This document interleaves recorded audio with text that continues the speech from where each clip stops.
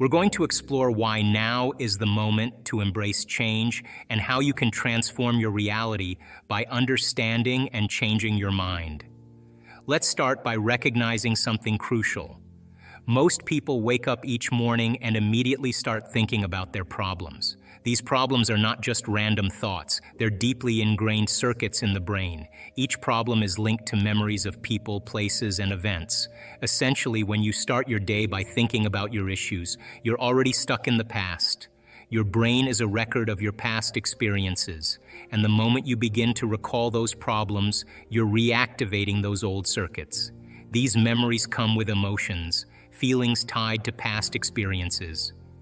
So when you think about your problems, you also feel the associated emotions, sadness, frustration, or pain. This constant cycle of thinking and feeling creates your state of being. Here's the issue. If your state of being is rooted in the past, you're setting yourself up for a predictable future. If your thoughts are based on past experiences and emotions, you're essentially repeating the same patterns over and over. Your future will mirror your past because you're stuck in a loop of old thoughts and feelings. Many people start their day by checking their phones, WhatsApp, texts, emails, Facebook. This connection to the known world keeps them anchored in their familiar past. They follow the same routine every day: get out of bed, go to the bathroom, make coffee, shower, get dressed, drive to work, interact with the same people, and hit the same emotional triggers. This routine becomes a program, and you end up running on autopilot. By the time you're about 35 years old, 95% of who you are is a collection of memorized behaviors, emotional reactions, and unconscious habits. This is like a computer program running in the background. You might want to change, say, be healthier or happier, but if your body is programmed for a different reality, it's hard to break free from that routine. So, how do you change? The first step is to understand that you need to go beyond the analytical mind. The analytical mind is the part of your mind that analyzes, criticizes, and judges. It is constantly thinking and often gets in the way of deeper change. It acts as a barrier between your conscious mind, which is the part you are aware of, and your subconscious mind, which holds your deep-seated beliefs, habits, and emotions. To make real changes in your life, you need to access your subconscious mind. This is where meditation comes in as a powerful tool. Meditation helps you quiet your analytical mind and allows you to enter a state where your subconscious mind becomes more accessible. When you meditate, you change your brain waves. Normally, when you are awake and going about your day, your brain operates in what is called beta waves. Beta waves are fast, busy, and are associated with active thinking and problem solving. When you meditate, you slow down these brain waves to alpha or even theta waves. Alpha waves are slower and are associated with a relaxed, calm state. Theta waves are even slower and are often present in deep meditation and light sleep. These slower brain waves create a state of mind where you can make significant changes. Practicing meditation regularly helps you become more familiar with this state. Start by setting aside some time each day to meditate. Find a quiet place where you won't be disturbed. Sit comfortably, close your eyes, and take a few deep breaths to relax. Focus on your breath and let go of any thoughts that come into your mind. When thoughts arise, gently bring your focus back to your breath. As you continue to meditate, you will notice your mind becoming quieter. This is because you are moving beyond the analytical mind. You're entering a state where your brainwaves are slowing down and you can access your subconscious mind more easily. In this state, you can start to make significant changes. One of the benefits of meditation is that it helps you become more aware of your thoughts and feelings. You start to notice the patterns in your thinking and how they affect your emotions and behaviors. This awareness is the first step towards change. Once you are aware of these patterns, you can begin to change them. During meditation, you can also use visualization techniques to help you make changes. Visualization involves imagining yourself achieving your goals or behaving in a new way. For example, if you want to be more confident, you can visualize yourself speaking confidently in front of a group of people. See yourself standing tall, speaking clearly, and feeling calm and self-assured. The more vividly you can imagine this, the more powerful it will be. Visualization works because your brain cannot tell the difference between what you imagine and what is real. When you visualize something, your brain creates new neural pathways as if you are actually experiencing it. These new pathways help you develop new habits and behaviors. Another technique you can use during meditation is positive affirmations. Positive affirmations are short, positive statements that you repeat to yourself. They help to reprogram your subconscious mind with new, empowering beliefs. For example, you might repeat affirmations like, "I am confident," "I am capable," or "I am worthy of success." As you repeat these affirmations, you start to believe them on a deeper level, and they become part of your subconscious mind. Most people wait for a crisis or trauma to force them to change. They wait for a major life event, like loss or illness, to prompt a shift in their mindset. But why wait? You can change and grow without waiting for pain. You can learn and transform in a state of joy and inspiration rather than suffering. A lot of people spend their lives living in survival mode, constantly stressed and anticipating the worst. They select the worst possible outcomes from the infinite possibilities in the quantum field and embrace these outcomes with fear. This continuous fear response conditions the body into a state of panic and stress. Over time, this becomes a subconscious program, making the body react to fear even when there is no immediate threat. When it's time to change, people often struggle because they've conditioned their bodies to respond to emotions of fear, guilt, or sadness. Their body has become stronger than their mind because it's been conditioned to expect these negative emotions. When faced with the unknown, people might prefer to stay in their old, familiar emotional states because at least they can predict them. The unknown feels uncertain and scary. The best way to predict your future is to create it from the unknown. This means you have the power to shape your future by moving away from the familiar past and focusing on what you truly want to achieve. Instead of letting your past experiences and old patterns control your future, you can start building a new reality by thinking about your goals and desires. Think about it this way. If you keep replaying the same thoughts and behaviors from your past, you're likely to end up with the same results. Your past is filled with experiences, memories, and habits that have shaped who you are today. But if you want something different in your future, you need to change your approach. You need to shift your focus from what has been to what you want to become. So ask yourself, what do you want for your future? What new thoughts do you want to introduce into your mind? These are not just random thoughts. They are powerful tools that can change your reality. By choosing and focusing on positive, forward-thinking thoughts, you can start to rewire your brain. This is like upgrading your mental software so that it better aligns with your desired future. To create this change, it's important to practice new behaviors. Imagine the person you want to be and the actions you need to take to become that person. For example, if you want to be more confident, think about how a confident person behaves. What actions do they take? How do they interact with others? Start practicing these behaviors in your daily life. The more you practice, the more natural they will become. One powerful method to achieve this is through mental rehearsal. This means closing your eyes and vividly imagining yourself performing the actions you want to take or experiencing the outcomes you desire. Imagine every detail of these experiences as if they are happening right now.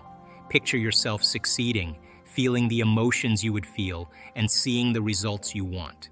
When you do this with full presence and focus, your brain can't tell the difference between what you're imagining and what's happening in the real world. Your brain processes these vivid images and emotions as if they are actual experiences. This is why mental rehearsal is so effective. It helps create new neurological pathways in your brain. Neurological pathways are like roadways in your brain that connect your thoughts and actions. By mentally rehearsing your desired actions and outcomes, you start to build new pathways. These new pathways become the routes your brain uses to guide your behaviors and decisions. As these pathways become stronger, they help make your desired future a reality. Think of your brain as a map. If your brain's map is based on past experiences, it will keep leading you to familiar places. But if you create new pathways by focusing on what you want, your brain starts to map out a new future. This new map helps you navigate towards your goals and dreams rather than getting stuck in old patterns and routines. When you visualize and rehearse your future success, you are essentially creating a new blueprint for your brain. This blueprint helps you to act in ways that align with your goals. For instance, if you want to be more productive, visualizing yourself completing tasks efficiently can help program your brain to develop the habits needed for productivity. If you keep rehearsing these new actions and emotions, you're essentially updating your brain's software. You might start acting like the person you want to become. But the real challenge is teaching your body to feel the future emotions before the actual experience happens. Don't wait for success to feel empowered, or for wealth to feel abundant, or for a new relationship to feel love. This is the old model of cause and effect. Instead, feel these emotions now, as if you've already achieved what you want. When you invest in yourself, you're investing in your future. Here's how you can start. First, take some time out of your busy life to disconnect from everything. Turn off your cell phone, TV, and computer. Sit quietly for a few minutes and close your eyes. Second, center yourself with some deep breaths. When you focus on the present moment, you have more energy to create with. If your mind wanders to the past or future, that's okay. Just gently bring your focus back to the present. Third, ask yourself, can I be defined by a vision of the future instead of the memories of the past? Think about what you want in your life. As you contemplate this, you're changing your brain. This new way of thinking is the first step to changing your mind. Next, decide on the emotions you want to feel when creating this future. Begin to teach your body these emotions. Don't stop until you start to genuinely feel them. Now, rehearse who you want to be when you open your eyes. Visualize the actions you need to take, the choices you need to make, and the steps you need to follow. Go over this repeatedly in your mind. You can't move into the future with the old emotions of your past. Identify what thoughts you need to let go of, like, I can't, it's too hard, or I'll start tomorrow. Write them down and decide what new thoughts you need to embrace. Look at your behaviors and habits. How do you talk to yourself? Do you complain, blame, or make excuses? Become highly aware of these patterns and work to change them. Finally, it's important to decide which emotions you want to leave behind. This step is crucial for creating real change in your life. If you want to be successful, you can't hold on to feelings of lack and limitation. These emotions keep you stuck in a mindset that tells you there isn't enough and that you can't achieve your goals. To move forward, you need to let go of these negative feelings. Think about what it means to feel successful. Success is often linked with feelings of confidence, abundance, and empowerment. To feel successful, you need to start thinking and feeling like a successful person. This means replacing feelings of lack with feelings of abundance. Believe that there is more than enough for you and that you have the ability to achieve your dreams. Every time you catch yourself feeling like you're not enough or that you don't have enough, stop and remind yourself of your worth and potential. If you want to be healthy, you need to leave behind emotions like fear and insecurity. These feelings create stress and tension in your body, which can lead to illness and discomfort. Instead, focus on feelings of strength, vitality, and well-being. Picture yourself as a healthy person, full of energy and life. When you feel fear or insecurity about your health, counteract those feelings with positive thoughts about your body's ability to heal and thrive. Conditioning your body to align with a new mind involves more than just thinking positively. It requires you to actively practice and embody the emotions you want to feel. This means regularly visualizing yourself as the person you want to become. Close your eyes and imagine living your best life. See yourself achieving your goals, enjoying good health, and feeling happy and fulfilled. The more vividly you can imagine this, the more your brain will begin to believe it is real. Your body will start to respond as if these positive changes are already happening. If you do this every day, your personality will create your personal reality. Your personality consists of your thoughts, actions, and feelings. Change any one of these, and you change your life. Change doesn't have to be painful. It can be joyful and fulfilling. By investing in your future and making these changes, you're setting yourself up for a new reality. In that continuous, redundant being out of balance over time, that imbalance becomes the new balance. And now we're headed for contraction and disease and feeling separate from the field and being selfish instead of selfless. We begin to live in a state of breakdown, in a state of disease and a lack of health. And so then those emotions then of those survival chemicals endorse the ego. And then we become more self-indulgent and more self-important and more self-serving, because that's what those chemicals do. So we live in one of those two states of mind, and those chemicals tend to be highly addictive. So this is a really good dinner conversation. We can talk about it, right? But actually breaking through, that's, I think, when you free yourself from the chains of those emotions that we memorize, when we actually break through, when we remove that mind out of the body, when we break the emotion that's trapped in physical flesh and the body's liberated, that's true self-love, that's true joy.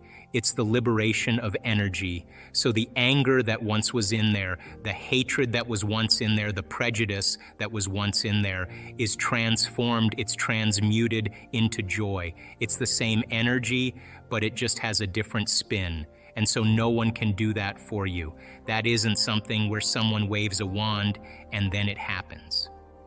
You have to actually be willing to be uncomfortable as you break that addiction and be okay with it.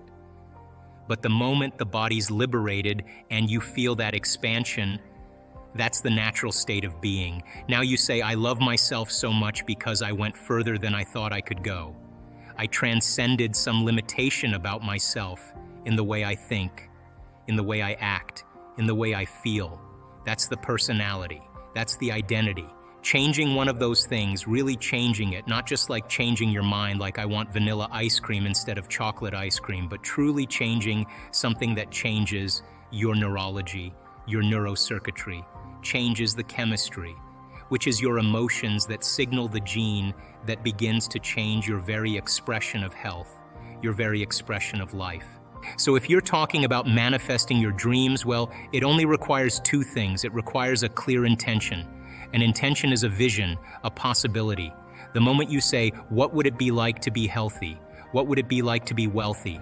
What would it be like to have a new home? What would it be like to have a great job? And you get this idea in your mind, that's intention. Then you write down the details. Okay, I want to travel around the world. I want to have great benefits, great insurance. I want to work with really cool people. I want to have a chance to be creative. And you list all of those individual elements to fortify your dream.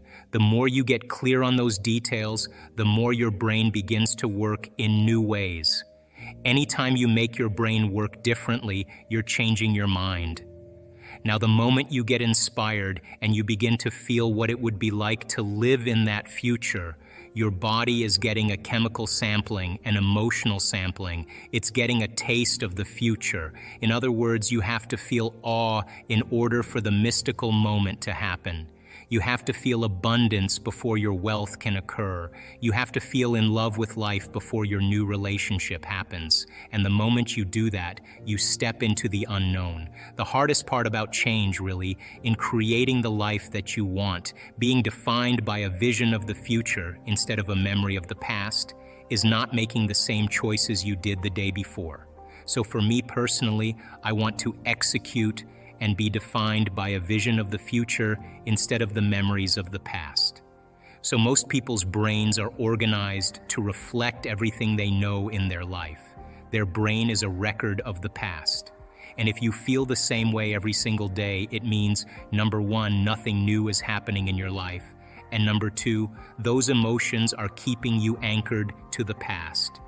If thoughts are the language of the brain and feelings are the language of the body, and how you think and how you feel creates a state of being, most people are literally connected to a past. So can you then maintain that vision, that view of your future, independent of the conditions in your environment, independent of the emotional addictions or conditionings or habits of the body, and independent of time? Because if you can, that's what greatness is all about. That's when we begin to truly change. And people around the world are doing this consistently. And they're doing it really well because it's our natural, innate way of being. The challenge is then to every day be defined by a vision of the future. So then, when you combine a clear intention, that's a thoughtful process, with an elevated emotion, a heartfelt state of being. Thoughts are the language of the brain. Feelings are the language of the body. When you truly do that, your brain and body are living in the future instead of living in the past, and you're going to be drawn to some new event. Thoughts are the electrical charge in the quantum field, and feelings are the magnetic charge, and how you think and how you feel broadcasts an electromagnetic signature that influences every single atom in your life. So here's the question then. The fundamental question is, it's going to take time to pull your brain and body out of the past and continuously invest your energy into the future. So can you then maintain that vision, that view of your future, independent of the conditions in your environment, independent of the emotional addictions or conditionings or habits of the body, and independent of time? Because if you can, that's what greatness is all about. That's when we begin to truly change. Now, the latest research in neuroscience and neuroplasticity tells us we can change our brain to look like the event has already occurred. And can we begin to emotionally embrace a future reality that's a potential in the quantum field, and begin to emotionally embrace it to such a degree that we fall in love with that future reality, that our body, as our unconscious mind, begins to believe it's living in that future reality in the present moment, and we're signaling new genes and new ways to change our body to look like the experience has already occurred in preparation for the event. We're not defining reality by our senses, because we're not waiting then for anything outside of us to change how we feel inside of us. So if there's physical evidence in your brain and body to look like the experience has already occurred, physical evidence. The most difficult part about being sick is being able to think greater than how you feel. And if you can't think greater than how you feel, then your body is dictating your life. Now, there's nothing wrong with this, but let's just say that a person has mismanaged their energy and mismanaged their emotions and mismanaged their lifestyle for the last 10 years. And ultimately, they develop some type of condition. Well, it was the continuous imbalance that was knocking on the genetic door that finally programmed the gene into sickness. So it took them 10 years to finally create that condition. And we have to be real here and understand that it's going to take some time to knock on the genetic door and begin to reprogram the gene in a new way. So it's not like you do your meditation 2 days and you expect to be healed. That it's a process and it's a skill. And it requires repetition, and it requires understanding, and it requires regrouping and relearning, and requires filling your brain with knowledge, and it requires staying consistent with it to begin to see some effects. And it's just like catching a fish. The moment you hook one, the moment you notice some change in your body, the moment something begins to change, that's all you need. Because once you get that feeling, that sensation, you're going to correlate what you're doing inside of you with the effect you produce outside of you. And you're going to start doing it with more passion and more sincerity and more absolute certainty. So the cool thing about all of this is that, let's just say you're able to change your brainwaves and get beyond your analytical mind because you've been practicing your meditation every single day. And let's say that you reach that elegant moment of the generous present moment now where you forget about your appointments, you forget about your relationships, you forget about all the things you did yesterday. You're so present in the moment that you're not a face any longer, that you're not a body, that you're not an identity, that you don't own anything. You're pure consciousness. That's the moment your consciousness merges with a greater consciousness. And that is the moment when your conscious mind begins to merge with your subconscious mind, that you're in the operating system where true change can take place. So if you're practicing overcoming your body every single day in meditation and you're sick, then when you sit down in your meditation, you should be able to get beyond your awareness of being a body. And if you're able to do that, then your body is no longer the mind, and you can begin to work with your body and recondition it to a new mind. If you don't have the ability to get beyond your body in the meditation, then you're your body trying to change your body. Your matter trying to change matter, and it produces very slow effects over time. Now, it will produce some effects, but it's going to take some time. So then if you're practicing your ability to regulate and change your brain waves and to get beyond your body, get beyond your identity, get beyond space and time, if you do that really well, when it comes time for you to heal your body and you have the ability to get beyond your body, no matter how sick it is, every time you get beyond your body, you are consciousness with a certain energy instructing your body, not from the body, but from an epiphenomenological place, which is greater than your body. So I think that, again, to demystify the process, it requires some training. And when people start getting to that point where they get beyond themselves, that's when the magic happens over and over again. So yeah, in the beginning, it's going to be difficult because you're in a body, and then you start doing the meditations, and then you look to see, am I any better? Now, your brain is organized to reflect everything you know in your life. Your brain is a reflection of your external environment. It's an artifact of all the things you've learned and experienced to date. Feelings and emotions are the end product of past experiences. And if you're feeling the same way every single day, it means two things. Number one, nothing new is happening in your life. And if those emotions are driving certain thoughts, and those thoughts then are creating the same emotions, then your thinking equal to your emotional state means you're thinking in the past. And if you believe that your thoughts have something to do with your destiny, as long as you're thinking equal to your familiar emotions, you keep reaffirming the same past experiences in your life over and over again. Our research shows, without a doubt, in the last 3 years, that when students of our work combine a clear intention. Now, intention is a vision, a potential that already exists in the quantum field that you get to select. And when you ask yourself a question like, what would it be like to be healthy? What would it be like to be wealthy? What would it be like to be free or to be in love? The moment you ask that creative question, a part of your brain called the frontal lobe turns on. That's the crowning achievement of the human being. Once that area of the brain turns on, it's like a great symphony leader. It looks out of the landscape of the entire brain, and it begins to randomly select different networks of neurons that are connected to the things you've learned in your life or the experiences you've had. And it begins to seamlessly paste them together to create an ideal, a vision, or an internal representation. That is a potential experience that's awaiting you. And it's not enough to just have the mind involved. Thoughts are the language of the brain, and feelings are the language of the body. And how you think and how you feel creates a state of being. Once you can begin to emotionally embrace that future reality before it's made manifest, when you combine that clear intention with an elevated emotion, the freedom, the joy, the inspiration, the genuine love that you feel or gratitude from that experience, the moment you do that, your body as the unconscious mind begins to believe it's living in that future reality in the present moment. Now you're moving into a new state of being, into a new personality. And a new personality creates a new personal reality. The research that we've done shows that when we teach people how to regulate their internal states, to begin to create more coherence in their brain, and to generate elevated emotions like joy and gratitude and inspiration, that not only does the brain become coherent, but so does the heart.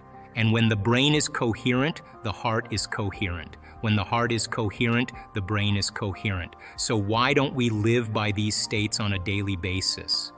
Primarily because the majority of the time that we live in our waking state of consciousness, 70% of the time, you and I are living by the hormones of stress. And living in stress is living in survival.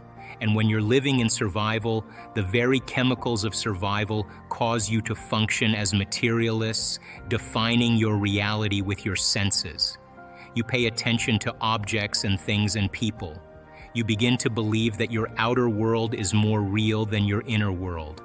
And the side effect of this, over time, begins to cause us to feel separate from possibility. Why? Because when you're threatened by some predator or some danger in your life, it's not a time to go in. It's not a time to trust the unknown. It's not a time to open your heart and feel love. It's not a time to communicate. It's not a time to create. It's not a time to learn. It's a time to survive. So then, in order for us to create, we have to lay down the very thing we used our whole life to get what we want for something greater to occur. And most importantly, we want you to understand when you're in the creative state and when you're not. And if you were to take a little time every day and apply some of the principles in changing beliefs and perceptions about yourself and your life, and what is a belief other than a thought you keep thinking over and over again? And all beliefs are based on past experiences. And in order for you to change a belief or perception about yourself and your life, you have to make a decision with such firm intention